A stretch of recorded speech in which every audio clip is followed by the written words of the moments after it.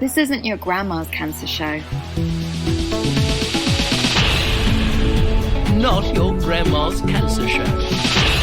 Hi, I'm Tatum, and today we are talking about menopause. Yes, for lots of us in the cancer community, we are going through it sometimes decades before we would normally, and on top of cancer treatment. And how do we even know what's cancer treatment, and what's menopause? It's a confusing mess.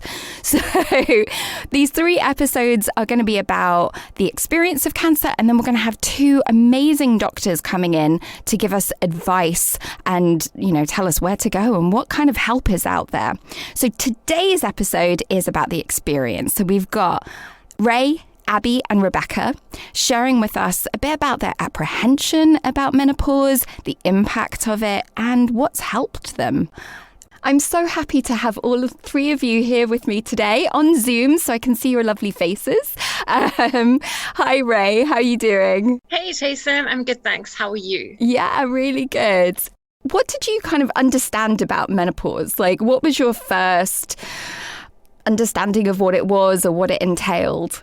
I think that would have been when I was kind of a prepubescent adolescent. My mom, I was born in the 80s, and my mom was an old mother for those days. She was 37 when she had me. So when I was about 10 years old to 13, I remember my mom started going through menopause.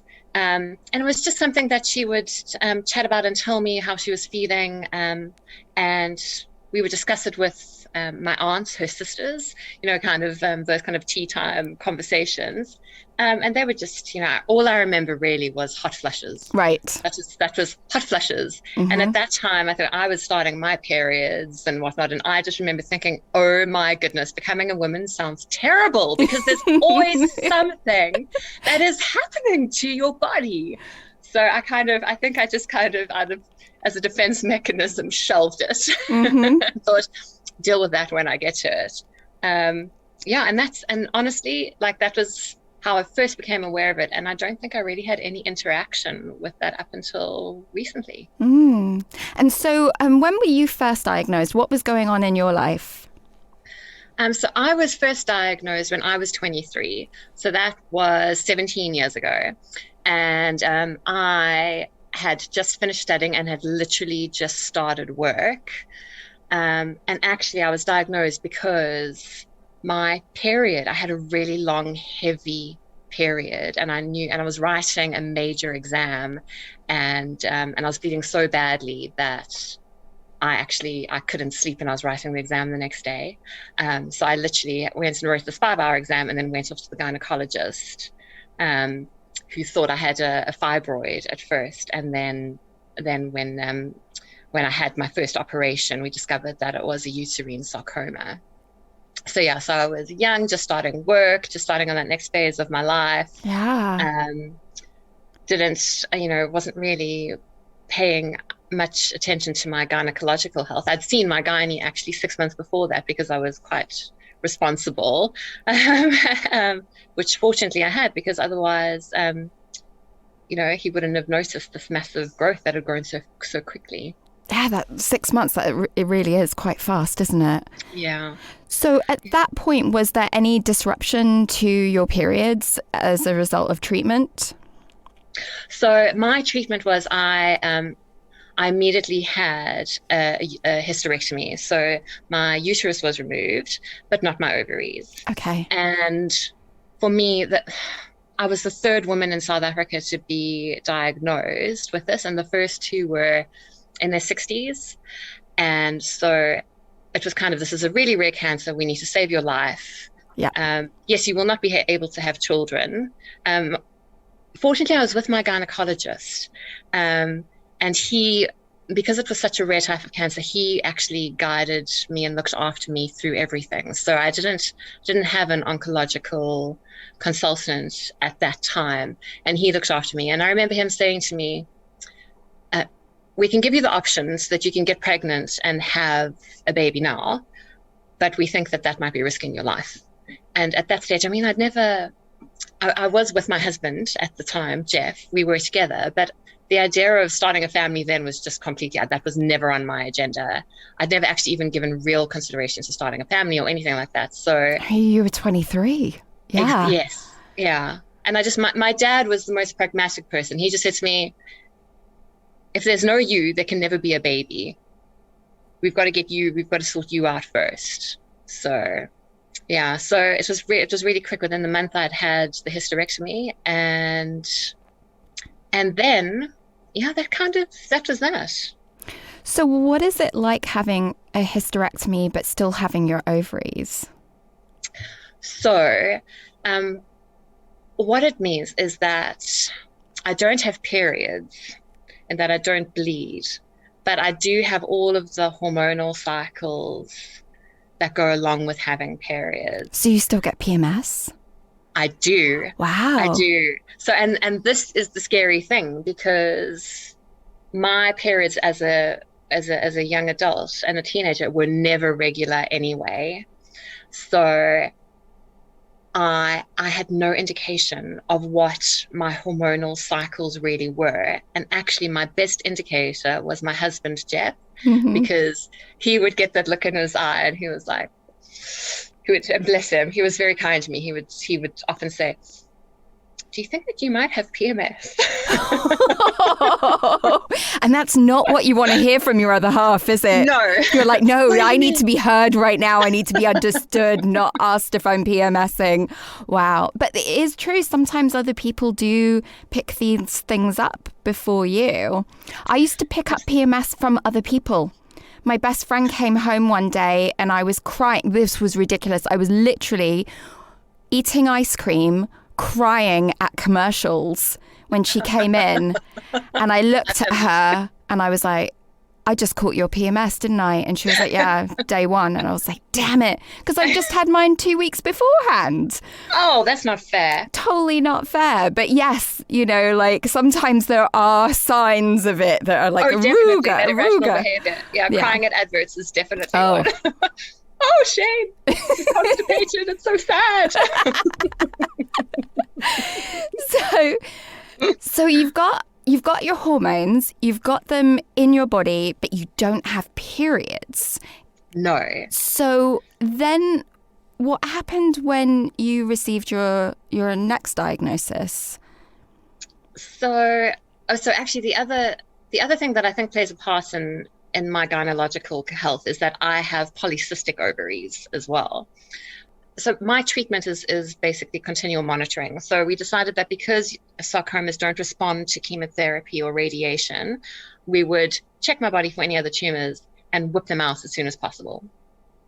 So as part of my scans, my ovaries were being scanned as well. So I was kind of keeping on top of the polycystic nature of that, because whoever was scanning me would tell me, especially if I had an ultrasound. And I had a lovely radiographer at the Marsden who was very open and would tell me exactly what was going on. So I kind of assessed that I had all these cysts and there was lots of ovulating or whatever my ovaries were doing. And then when I had my first recurrence, which is 9 years after the first one, my consultants and I kind of put it down to it being very unlucky, and that probably when the first tumor was removed, some cells got caught in my scar because it was right under my skin, and that it was probably just bad luck. The cells had been there all along and it would be a one-off. So we didn't really discuss any other treatments or anything else to do with my hormones specifically or health in general. It was just, okay, fine, we'll just carry on with what we were doing because it probably won't happen again. Fingers crossed. And I think up until that time, even though I didn't know what my cycles were, I didn't have any really bad symptoms or any bad feelings that really prompted me to seek out medical help, because I think I felt generally okay in life. The second recurrence, the third tumor, then that was a game changer, because then this one was really deep in my abdomen, was close to my bladder. So there was there were cells that got left over. These guys, however the cancer had come to be there, there was another one. And so I had surgery to remove that one. And then that was when I discussed with my consultant, it's like, what can I do to prevent any more occurrences? Because this could happen again. I don't know if I want to do watch and wait. And at that stage, I mean, my cancer is still rare in the UK, and again, really rare for young women. So there's not, there's not a lot of research, and there's no precedent, Right. for treatment. So it was kind of, and I remember that day very well because I got a registrar, or basically not as an experienced doctor to chat with me. And she basically gave me a printout from the Macmillan website of a drug used for breast cancer treatment. And she said, we could use this one. We don't know. We don't think it'll have any impact, really. There's no evidence that it would. But we could put you on this. So have a read of that and then tell me what you think about that. and on that sheet, there was a whole section about menopause. And then suddenly I was like, oh, menopause. And fortunately, I had been at Shine Connect and had attended a session on menopause, mainly because I had been to Shine Connect before and had gone to all the other sessions that I thought were relevant to me. And I thought, oh, this is going to be relevant one day. And I just remember having my eyes opened at that session to what the menopause actually entailed. Yeah. What was surprising about that to you? What had you not realized before? I had not realized about all the vaginal dryness and how uncomfortable and painful it could be. Mm-hmm. I guess I kind of thought, oh, well, you'll be a bit dry, but so use lubricant. But, just people, I remember women saying that they just use tons of lubricant. And honestly, I thought, I remember being horrified, thinking, oh my goodness, if my sex life changed, that would be awful. My initial response was, oh no, I don't want that. Mm-hmm. And then, the brain fog, I had no idea about brain fog. I had absolutely no idea. And also like the general aches and pains. Mm-hmm. And I mean, it just seemed so vast and far reaching, and that I found it really overwhelming. And I thought, I cannot believe that I didn't know about this. Yeah, there's 34 recognized symptoms of menopause, but so many others that are more anecdotal. Like when you hear people talking, there's many more. But yes, I mean, even just 34, that's a lot of symptoms. And like you were saying, it's systemic, so something that affects your brain and how it works, that's going to affect every single part of your life. Absolutely. And also in how extreme the hot flushes could be. It's not just about like fan yourself and it'll pass, and also it really hit home as how, the symptoms are so consistent and repetitive as well. Every day battling, it seemed like an everyday battle.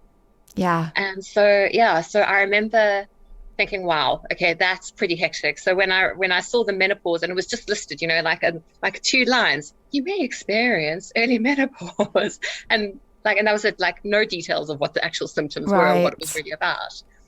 I think that is a really common feeling, right? Like I remember Af saying in a previous podcast, she was like, so they said, we're going to throw you into early menopause. And that's it. That was the only information. So you have the word thrown out, but it's this very flippant, immediately assuming that you know what it is, right. What it entails. How it will affect you. Exactly. Yeah. And, I mean, that's the thing about it, is it's so vast, but also between 20 and 25% of women experience 0 symptoms. Nothing. Nada. So there are a lot of women that sail through. And if you're one of those women that have sailed through, you're sort of looking maybe at other women going, what are you talking about? And then, in my mind, from what I've seen, there's about 20% that it is disabling in some way. Either they can't continue their relationship, they can't continue their jobs, which is very, very common. They can't, like something in their life they are no longer able to do, or they've ended up in hospital. with just like overwhelming panic attacks. And so, yeah, that vastness, right? Being put in as 2 lines at the end of a sheet of paper, right? Like, it just doesn't do it justice. Yeah. And it doesn't do as patients, honestly. Yeah. So I think that really does very much need to change, especially Absolutely. when you're like choosing a new drug, which you are, you're dealing with your, second recurrence, third diagnosis or third tumor. That's already panic inducing. That's already brain fog inducing. That's already like waking up with aches and pains would make so much sense. Absolutely, exactly. Yeah. Absolutely. And I think, and especially when you're dealing with cancer already, and not just the physical side, but the mental side, because for me, that's been the biggest part of it. For me, I have to prioritize. So if I can eliminate anything that's going to cause me any kind of harm, no matter what level that is on, I don't want to deal. Yeah. Yeah. And that's the tricky thing for you. And I think quite a lot of people in our group is that if you're not having periods because they've been suppressed, sometimes you don't know, well, how would I even know, if I'm in perimenopause or not? Or if I've already had a menopause when I'm in my 20s, will I still get it again in my 50s? There's so much of this that we will definitely be asking those doctors in the next episodes. I really wanted to bring Abby into the conversation here. Abby, I've been seeing you nodding at a lot of those symptoms that we were talking about. 100%. 100%. Yeah. So can you tell me what was going on in your life when you were first diagnosed? I had a bit of a tricky couple of years. I had a hysterectomy when I was 34, not for cancer, but for endometriosis and ovarian cysts. So I had a total hysterectomy, so ovaries and womb and everything. The following year, I got viral meningitis, so I was quite low anyway. And then I thought, right, 2013, I'm going to have a really good year this year and it's going to be great. I was starting a new job. My youngest son had just gone to school. So I was like, yeah, this is great. My life is starting again. And then I got diagnosed. I found a lump and I went to the doctor and I was given those horrible words of, yes, you've got cancer, and everything kind of fell apart really. And I had surgery followed by chemo and then radiotherapy. I was put on a hormone blocker immediately because my tumour was estrogen positive. And I've been on that for 9 years now. So I kind of went head on into the menopause I was put on HRT, sorry. When I had my hysterectomy, I was put on HRT. And as soon as I found the tumour, they took me off HRT straight away and said, no, you can't be on it anymore. So I was taken off of it then and went head on into the menopause at 36. And it's been tough. It's been really tough. It's been, you don't know whether the symptoms that you have are because of the chemo that you're having, because of the radiotherapy you're having, because you're in the menopause. You don't know. It's really confusing. So yeah, it's been tough, but I'm here. I'm still smiling. So.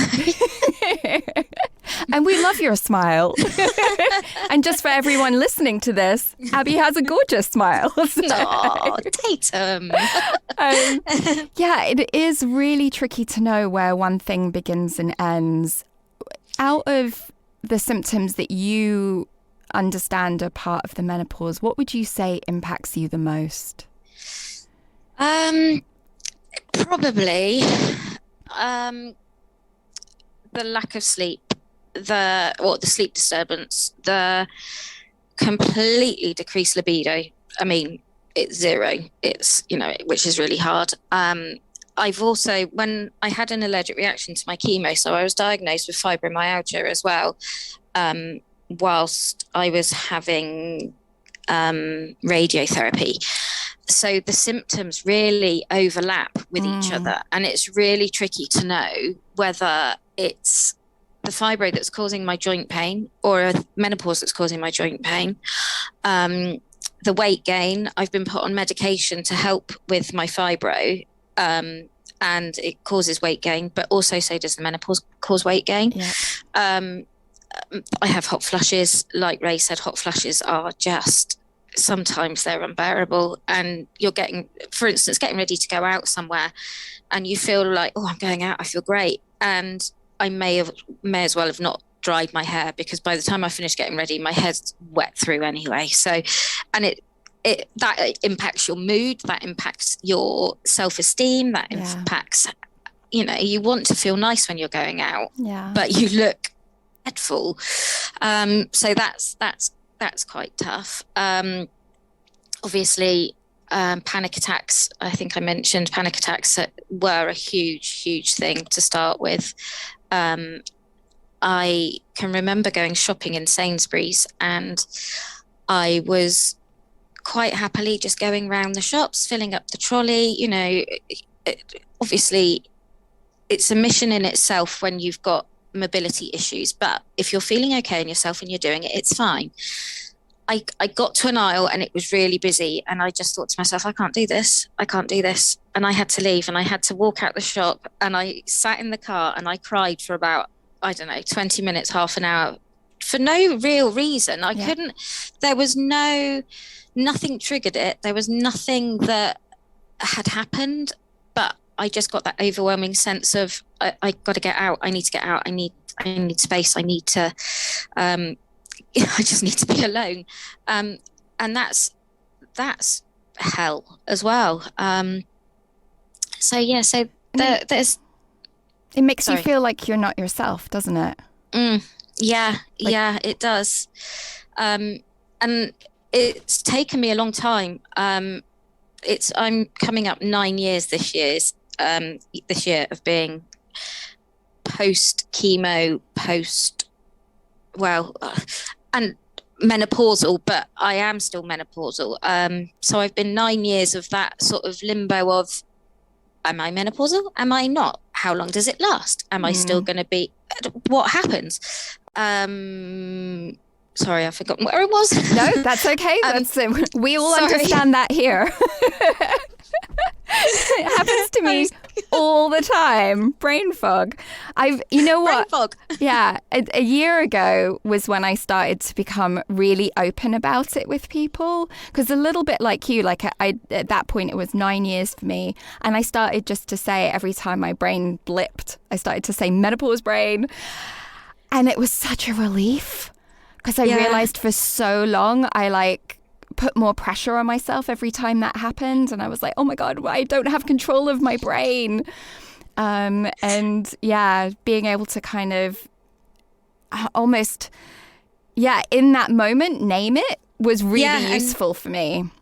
Take ownership of it and be like, this is me. I'm, this happens. Welcome to my world, girls and boys, And that's what I was going to go on to say, that it's taken 9 years for me to feel like myself again, like post cancer me, and to, like you, take ownership of it and to say to my friends, oh my God, I'm so sorry, I'm just having one of my menopausal moments. And I call it Menopausal Mary. That's my name. And I have these moments of Menopausal Mary has these moments where she pops out and she does things, and she'll, I never would get angry at things before. I was always quite chilled and mellow, and I didn't like confrontation and things like that. But now if I feel that something's been, somebody's been done down or something's happened, or Menopausal Mary will come out and she will put her foot down and she will say, no, hang on a minute, you're wrong, or whatever. There is a fierceness that can happen, isn't there? Definitely. It's like this, wow, woman comes out and it's like, oh, where did she come from? But I quite like it. I was working as a health coach for a menopause company, and seeing women who had not had cancer talking about menopause was fascinating, because it really made me see how much people that have had cancer play it down, and actually, when everything else has been going fine and then it's just menopause, you know, they were devastated by it. Whereas we've almost been conditioned to, let's get on with it. We're alive, right? Yeah. Yeah.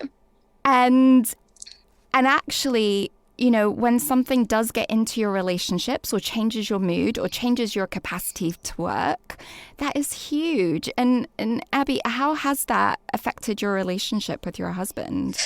Wow. It's been hard. It's been hard. I mean, Paul is amazing. Don't get me wrong. He has been my rock, my absolute one to depend on. You know, we've been together, well, married 20 years this year. So, you know, we've been together a long, long time, and he's just incredible. But the physical side of our relationship has taken a huge knock. I have such horrendous vaginal dryness, which is awful.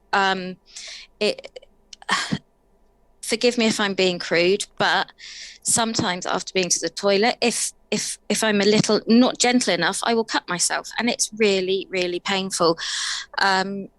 So our intimate relationship, I mean, I forget the last time we were able to be intimate because of pain. Obviously, you know, there are other sides to a physical relationship which, you know, are fine. But when you have a hysterectomy and you lose the parts of you that make you a woman, or you are a woman, and then you get something like, I had breast cancer, so my breast is very deformed from that. So I felt for a long, long time like I wasn't fulfilling my womanly duty as a wife, as a partner, as a lover to my husband. And it took for us to have a really, really, really good talk about it, a really good conversation about it. And I just explained to him that it hurt too much. I have no inclination for it. I don't seem to get that desire anymore, which is unheard of for a woman, right? You know, well, for a woman of our age, for instance. And luckily, we are very secure in our relationship. We've been through a lot together. And he is the most forgiving, the most loving man. And he doesn't make me feel bad. He doesn't make me feel how I feel inside,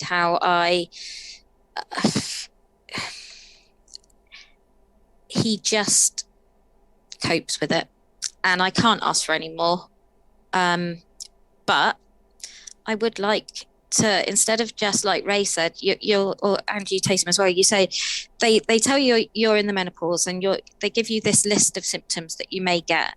And then they just kind of cast you aside, and there's no support, or I don't feel like there's any support to help you navigate this world that we are thrown into, and just expected to deal with it. And we can't talk to our friends our age because they don't get it, because they don't understand.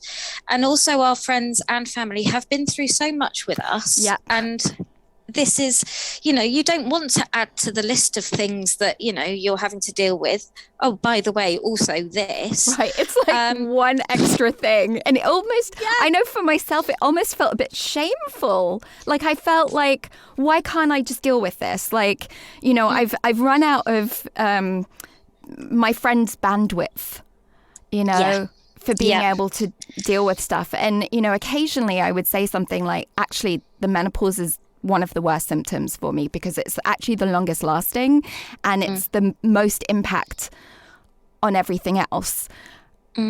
But it was really hard to articulate the brokenness that I felt as a result of not being able to have sex, of not, you know, not feeling that I could trust my brain, public speaking, things like that, things that I used to do, and going, oh my God, but my brain's going to fall apart in the middle of it. And I couldn't sleep. And so, you know, 10 years of no sleep is going to have like a really massive effect. And, I didn't know that there were nurses out there that deal with sexual health, that deal with this, Abby. Like, I feel like you should have been escorted, straight away, on a friggin' red carpet. Like, this lady would like some, help with her sexual health. Like, why is it seen as extra or fluffy or, not that important when actually that is really important to other people? It's allowed to be a big deal to someone who doesn't have cancer. And, so I'm feeling a little passionate about that, Abby, and about... I love your passionateness. I think everybody needs some of Tatum's passionateness to help us ladies get to the help that we need. Well, let's just, there is help out there. We are going to go into this more in the next couple of episodes with the doctors. There is help out there.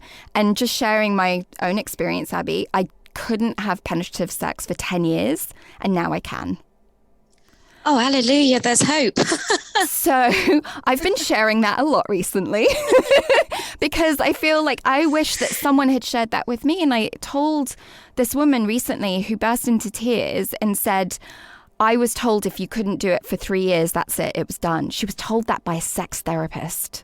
No. Yeah. And I'm like, let me tell you, I went from turning the channel if people were kissing because I was like, ugh.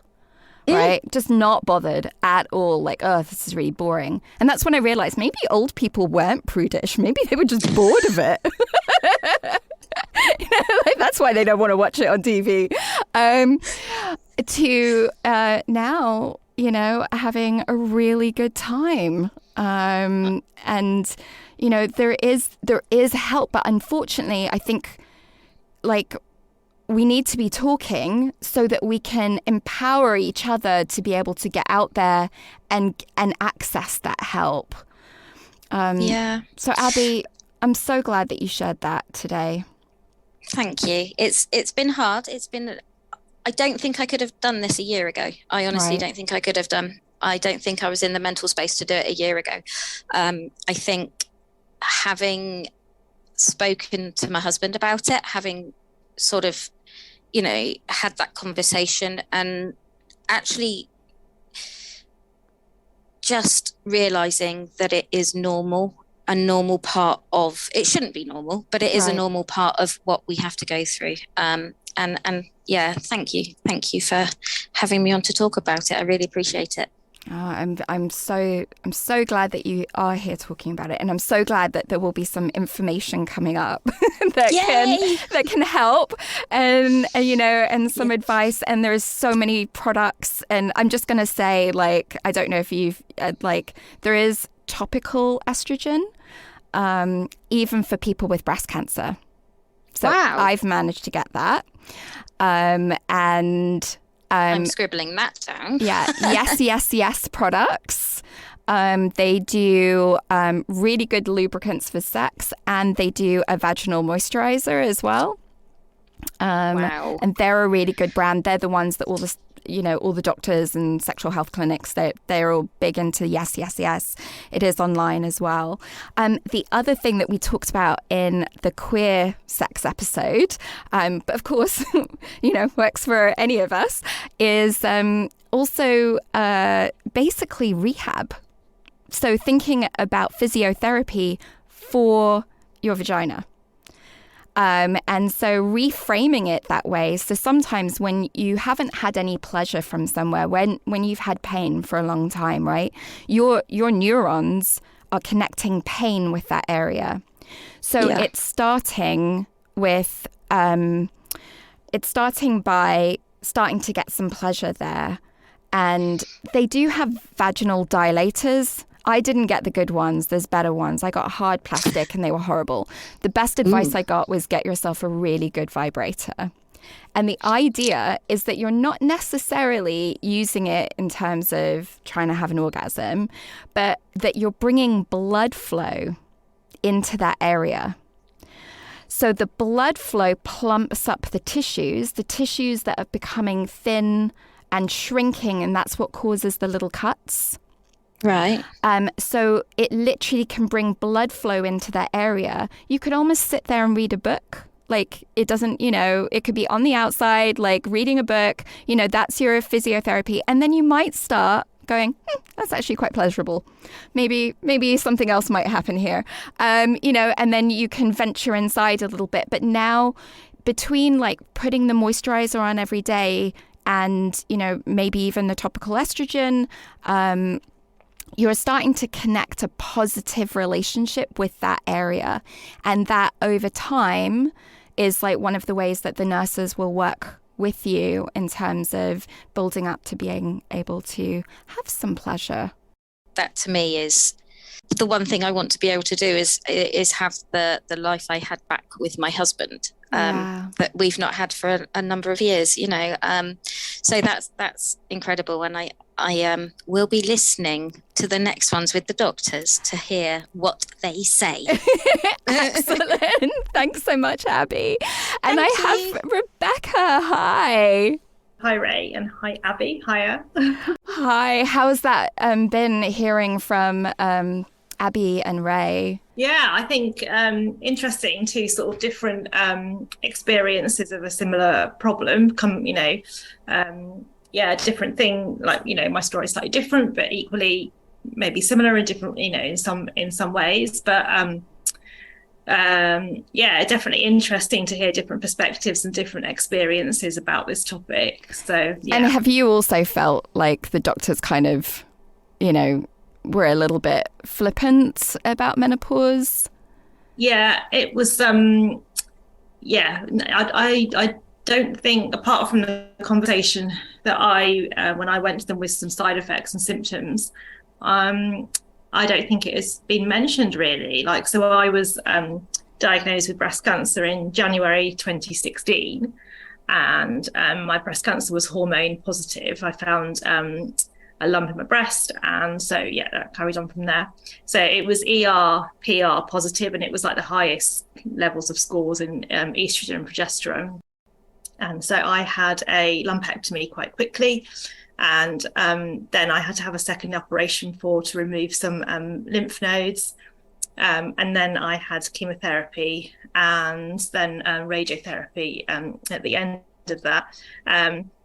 So during once the chemotherapy started, I basically didn't really have a period again. I haven't really had a proper period since then, which was like kind of April 2016. I had a few sort of lighter periods, maybe in 2017 and things like that afterwards. When I did ask about this, and they said, your body might recover, you might have your reproductive periods again, but you might not. And with me, I didn't really, or certainly not anything proper. And then I was diagnosed with secondary breast cancer following some hip pain I had on my left hip in March 2019. And so initially they didn't know if the cancer had come back as triple negative or if it was still hormone positive, because it was come back sort of quite aggressive. I had following the bone scan, I had a triple hip fracture in my left hip. Which is nice, Anyway, sounds painful. Yeah. But so after I had to have a liver biopsy because it had gone to my bones and then into my liver. And then when they were giving me the results of the biopsy, and my oncologist was like, okay, we've got these results. It's come back still hormone positive, which is good in terms of there's more potentially more treatment options available. But so she was like, right, so we're going to start you tomorrow on palbociclib, which is a targeted therapy treatment, a tablet treatment, zolendric acid every 3 months, which is for your bones, and Zoladex, which is an injection that you have in your tummy, and that ensures that your ovaries basically shut down. So she was sort of giving me, oncologist, like giving me a list of this, and this. Oh, and it'll probably put you into menopause. And it was literally like a kind of last sentence afterthought, and I was a bit like, all right, because I was quite focused on the cancer side of it naturally, obviously, rather than the menopause aspect of it, sort of thing. So I was a bit like, all right, okay, and kind of went the next day to the chemotherapy suite and started the treatment. So I during my treatment in 2016, I'd also had Zoladex then, and I was back having it again. I didn't have any, I wouldn't say like major side effects directly from it, but I felt a bit like after a few months of having that Zoladex and things, my body is sort of, it was almost like it was like trying to function and have those to have your hormone cycle and to have a period. It was like trying, and then it was being blocked, and it was almost like you could sort of feel like your body was kind of fighting against that Zoladex, like, you know, you're putting a chemical into your body saying don't behave naturally, but your body's trying to behave naturally, and it's sort of fighting against like each other, sort of thing. So yeah, there were times, I think maybe after I'd had Zoladex for a number of months, and I could sort of feel like my body was feeling like that. It was maybe get, you know, bloatedness and different things that was similar to having a cycle, but that wasn't going to happen because you were chemically inducing it to not happen. But in general, I didn't have any of like the sort of typical symptoms and stuff, in terms of like, I feel quite grateful that I haven't really had. I've had, apart from the odd one, like hot flushes. So I'll be hearing your story. Yeah, I can resonate with it from other people and things, but I feel lucky that I've had other things to deal with, but not the hot flushes problem. So in general, I was more dealing with treatments from the secondary cancer and the targeted therapy and the treatments that I was on, and that sort of carried on for quite a while. And then in 2020, of course, which was like a bit of a difficult year for everybody, a lot of challenging things obviously going on. I was kind of okay and stuff, and then my treatment was continuing and stuff, which is good. But as winter was approaching, I just had really, really terrible brain fog, and I hadn't experienced that before. And it was like November and December 2020, and I kind of remember that it quite clearly. And it sort of came up slowly, but equally it was quite quick as well. And it suddenly was like, oh my gosh, I can't concentrate, I can't see clearly. And of course, as ever, when you're living with stage 4 cancer, there's never just one thing going on. There's always like, you know, you're dealing with the side effects of your cancer treatment. And at that particular time, it was winter, it was dark outside, it was cold, it was wet. We were going into that second winter lockdown. And so there was like so many things kind of happening. And I think that all impacted on this like head fog and just this inability to really concentrate, and that affected my energy, definitely affected my mood. I was feeling like I was like crying in the morning, most mornings. And I'm generally, you know, you have moments like that, but I'm generally wasn't like that. And it sort of was carrying on for weeks and weeks. And I was just feeling like, I got to a point and I thought, this isn't me. And I haven't really experienced this feeling before, where I couldn't, like, I was like, I need to send an email. Like I would still work 4 days a week. And I was like, I can't do it. I was like, the most basic thing, you know, the most, you know, normal thing. I was just feeling like it just felt grey. Everything just felt grey and foggy.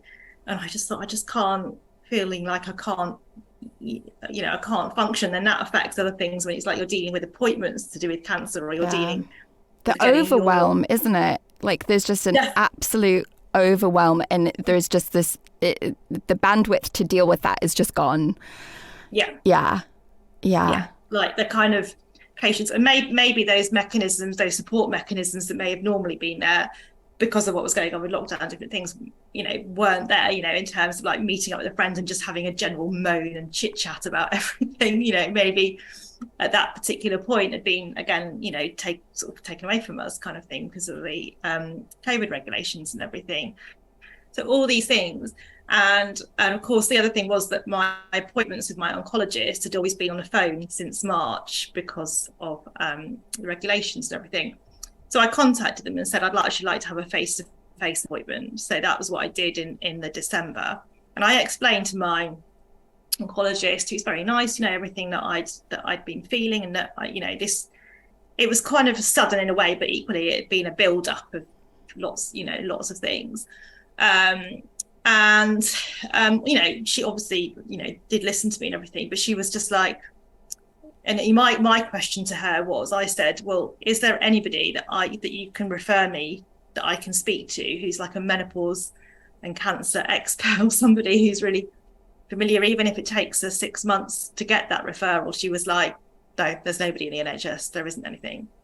So she's like, so what I can offer you is an antidepressant. I think it was Ventifaxil, I think it was called that one. And I just felt like, there's nothing wrong with taking those things, but I just felt at the time that wasn't actually quite right personally, just at that moment for me. I was wanting more to explore things, for example, like perhaps acupuncture or different things in my diet, or yoga, or I don't know, or even just to have a conversation with somebody who was really knowledgeable on this topic. Yeah. And the response was just, no, there isn't anybody. And I was a bit like, I'm sure in the whole of the NHS there are people, there are experts in this. I felt quite sure that there were. And she also said to me, well, you can also speak to your GP about it. You can try them. So I did try my GP, and she was very nice and everything. But she again was like, well, I'm the GP in our GP surgery who deals with menopause problems. But basically, no, there isn't anybody in the NHS that I can refer you to. There isn't anywhere. And I was like, right, okay. So I just kind of left it. And then gradually the symptoms did improve, and I had a change of scenery over the festive period. And I think by January, I was sort of feeling a bit clearer and a bit brighter. But I definitely had that for like 2 months, that head fog of just that inability to do real simple, basic, things like, I'm going to visit my mum. What do I need to pack? Like, oh my gosh, I don't know. I need to, Yeah, and real... it's definitely like some women have been driving the same route for 15 years and then suddenly they don't remember the route. It can be just incredibly crazy making, right? And like all these things that like are normal are suddenly not normal anymore. And, I think that, I've definitely heard with secondary cancer that, it is often dismissed, but I know of someone who wasn't going to continue her treatment because she said her treatment was intolerable. And then one of her doctors was like, is it the treatment or is it the menopause? They gave her help for the menopause and she was like, oh yeah, treatment's okay. Right. Yeah. So that is like, why I feel incredibly passionate, and why, Rebecca, like, I think, in your position that you should have very easy access to someone who knows about this, because actually if you can manage some of those things, it can make your tolerance for all the other treatments that you have broader, wider, Yeah, to cope with, definitely, yeah. And even that thing of feeling alone with it which was intensified during that particular period. Everything as well. That definitely. So you did finally last week have your chat with the menopause doctor. So you did find someone. I did. So it was quite a long story. So basically, I was on that treatment, that palbociclib, that targeted therapy, for about roughly 2.5 years. Then that stopped working. I had pain in my other hip, and they found it was stopped working. So the treatment that I'm on now is called calcitonin, which is a normal chemotherapy tablet. But before that, I was quite fearful about taking this particular tablet. So I spoke to my oncologist about exploring doing a drug trial, which I did. I sort of found myself the drug trial that was going on at Guy's Cancer Centre in London. So from September 2021 up until February this year, I was doing a cancer drug trial up at Guy's, and a friend of mine has said to me, oh, I'm sure that Guy's have a menopause clinic, because I think they'd had a gynecological cancer, and they said they have a menopause clinic at Guy's. And I was like, oh, I'm going to ask about this. So I asked the trial nurse, who was really good, and she was like, yes, it has been set up for women with gynecological cancers, but I can do you a referral if you like. And I was like, yeah. I said, even just to have like a telephone conversation with somebody would be great. So she did that, and then they did phone me like a while ago and stuff. At the time, I had quite a lot going on. I said, I would like to have a telephone consultation appointment with you, but I'm just busy at the moment. Can you phone me back? Anyway, long story anyway. So they just contacted me recently and just said, you're still on our books. We've never actually given you that appointment, and we've got a vacancy for a phone appointment. Would you like it? I was like, yeah, great. So I haven't, I feel, glad that I haven't experienced that severe brain fog that I had during that 2-month period since then. But obviously, you still have other symptoms and things like, for me, because I've got secondary cancer in my bones, I know that there's a lot of menopause side effects that can affect, that can affect your bones, and things that you should be doing to help that and improve that. So it was really good. So recently I spoke to the menopause clinic doctor from the Guy's Cancer Centre, and it was really good just to have a conversation. She was really empathetic, really knowledgeable, asked me lots of different sort of questions and things, and she said, well, as much as we would like to, we don't really have much by way of medication for brain fog, for head fog, whereas things like hot flushes and things, there are some antidepressant tablets that help with menopause side effects. But she kind of, sort of said, sadly for this particular topic, it's an ongoing study and there isn't really at the moment, I can't give you a tablet to sort this out, sort of thing. But she said there are other things such as, she said, you take vitamin D. So I said, well, actually, no, I don't. I take my oral chemotherapy and I take calcium tablets. And she said, I think vitamin D, might well help. And she said, we talked about exercise. And she said, I said, well, I like swimming. And I said, but I'm aware that that's not a weight-bearing exercise. But she said, well, actually, a lot of it is about finding a sport that you enjoy. So she said, you are still, you're still moving your body, you're still helping your bones, you're still helping your muscle movement. So swimming, actually is really good. Maybe it's not that intensive weight-bearing exercise for your bones, but it's helping in many other ways. And I said, yeah, and one of the things I like about it is obviously when you're swimming, you don't have your phone with you. There's no distraction, you're just swimming, you're in that space.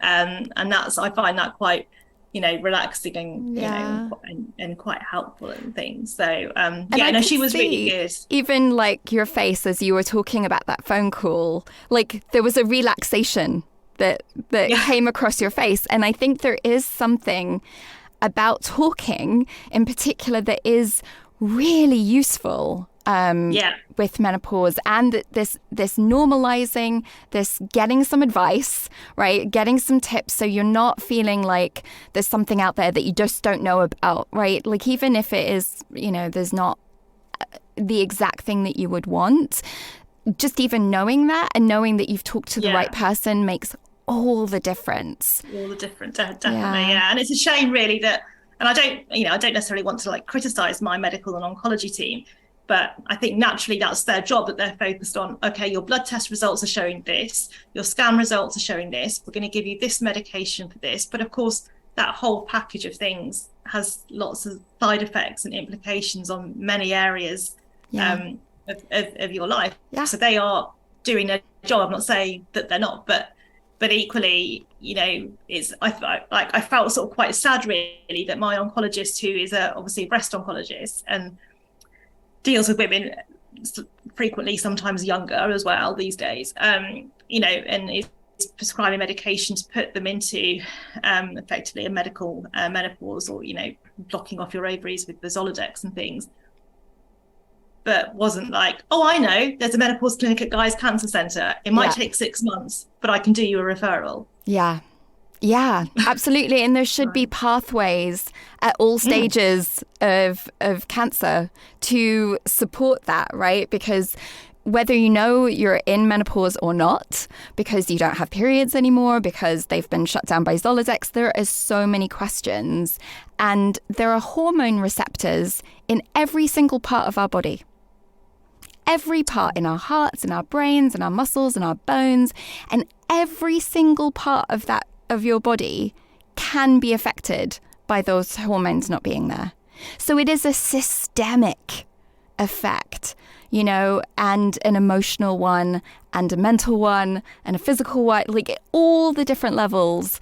So my drive would be that they have, like, that's just one of the things. You see your oncologist and then you see someone for the menopause, whether you're in it or not yet, so that you know what you're looking for. I could talk about this all day, and this is why we have three of these episodes, because there's so much more to cover. But we're just going to wrap up today, and maybe if Ray, you could say one thing that you're taking away from the chat today. This feels really relevant because here we are, we're a group of women talking about this. And Tatum, I think it's what you said, it's about talking about this that is so empowering, because we're part of a sisterhood, aren't we? And it's our bodies, it's our lives. And when we share our experiences and thoughts and feelings about this topic, and whatever information or helpful hints or facts that we can, whether it's a vibrator or a lubricant or talking about sexual stuff as well, because I think, we can be hesitant about this stuff, but when we engage in this way, we help one another on so many levels. And I think that is so important. I really do. And I think that's fabulous. So I think putting this podcast together is so helpful for anyone who listens and who can if they take one tiny positive or one tip or anything from that, I think it's a total win. And Abby, is there anything that really struck you today? Yeah, I echo everything that Ray said. Just talking about it has been amazing. And just hearing what you've got to say, Tatum, about it as well, and you being so passionate about it, and just giving us little ideas of where to go and who to ask, and what to, who we can speak to, has been hugely important. Before I did this, I spoke to my husband and I said, do you mind me doing it? Do you mind me talking about us? And he said, no, because if it helps someone else, then obviously it's got to be worth it. So yeah, talking, I think, is hugely important. Hugely important. I might be in love with your husband. Sounds amazing. He's not bad. Thank you so much. You're welcome. And Rebecca, is there anything that you've heard from the others, or how you're feeling at the end of this? Again, I think having that conversation is really beneficial, and I'm sure there's going to be a couple of people, at least, many people hopefully, that will listen to this podcast through Shine Cancer Support, that will be like, oh yeah, that happened to me. And I definitely think that the whole, you are so focused on, for me, on the cancer side of things, so it's just like that end of sentence, and it just gets forgotten about. And it's not maybe until those symptoms come up that you're like, oh, actually, I don't think this is necessarily to do with cancer, I think this is something else, and then connecting it to the menopause and stuff. And yeah, I think it's, I definitely think it would be, fantastic for oncologists, for me, breast oncologists, but other oncologists, that if women are dealing with this, that they have the knowledge to say, oh, actually there is somewhere within the NHS to go to refer people to. And even if it is just a conversation, even if it's not a face-to-face and it's not medication, everyone's cancer diagnosis is so individual to them that can be really beneficial. So yeah. Oh, that's been so lovely chatting to everyone today. And for all of you at home, or wherever you are and listening to this, feel free to get in touch. Let us know what your questions are. What has the menopause been like for you? Because there's so many different types. For myself, I've been through 3. So there is some variety out there. So email us hi@shinecancersupport.org, or find us on Instagram under Shine Cancer Support. Send us your questions. You can also find me, Tatum Durock. Really love to hear from you. And thank you so much to Ray, Abby and Rebecca. And bye, and I will see you all soon. Thanks. Bye. Bye. Bye. Bye.